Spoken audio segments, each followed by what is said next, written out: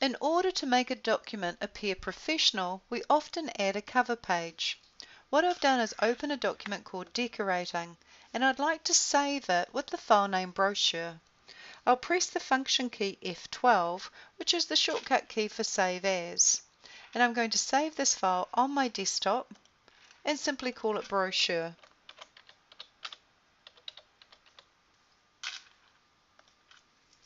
The next thing I'd like to do before I proceed to add a cover page is to show 2 pages at a time in this document. Down here in the lower right corner of your status bar is a percentage of magnification or a zoom level. If you click this percentage, you have the option Many Pages. I'd like to click Many Pages and then choose the option 1 by 2 pages and click. I'll then click OK, and now I can see 2 pages of my document on the one screen. To insert a cover page, I'm simply going to go to the Insert tab in the ribbon, and to the far left you'll find you have a button named Cover Page. If you click this button, you will see a gallery of cover pages available to you, and these all come with Microsoft Word. What I'd like to choose is the particular cover page called WISP, and here it is here. When I click WISP, I automatically have inserted a cover page at the beginning of my document, which has the WISP style. Now, certain information has been pulled through automatically, and you may be wondering how come it knows to give this document the title Decorating File, and how did it know to put my name down here and Software Solutions down here as the company. These are known as fields. This is the author field, this is the company field, the date field, the title field, and this is the subtitle field. Now what we can do is we can discover where this information is coming from, and it's something called Properties.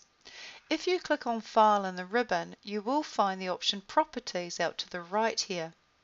If I then look at these properties, this is the title here, and this is the author. Now I can't see the company name unless I choose to click this option, which is to show all properties. When I show all properties, I can see the company has come from here, Software Solutions. Now what I can do is I can edit things directly in here. So for example, if I don't want Decorating File as the title, I can change it to Decorating Brochure. If I then go out of File and back to my document, I can see Decorating Brochure. If I'd like to type in here, I can type directly and give it a document subtitle, and I'll call it Inspiring Ideas. If I go and check on the properties, File, I will then see Inspiring Ideas appear in here as well.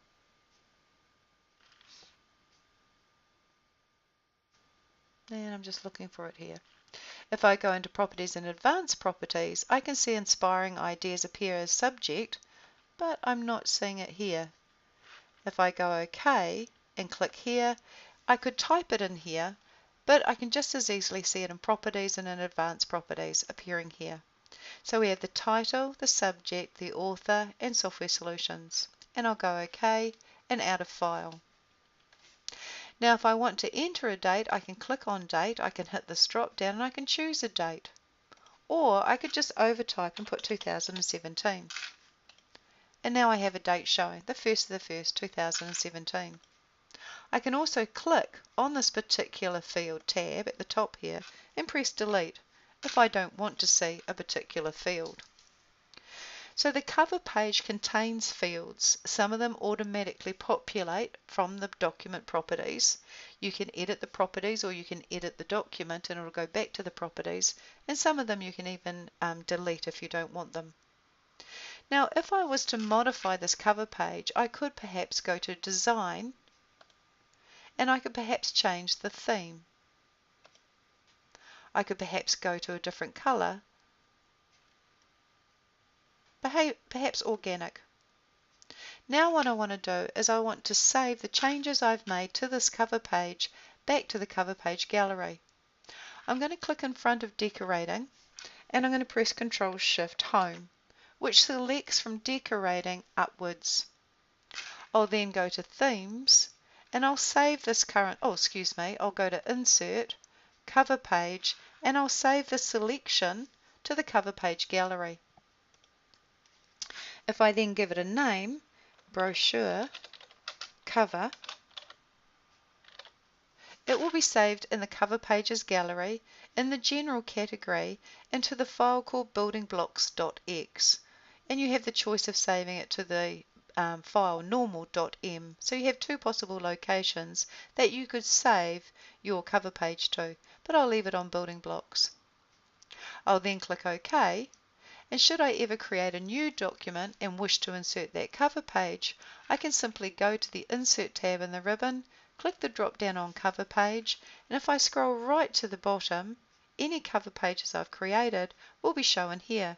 And here's my brochure cover, as well as some of the cover pages I use for software solutions, notes, etc.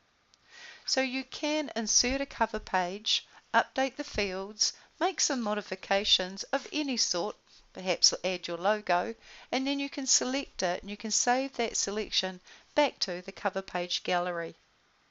And it just makes the document look more professional.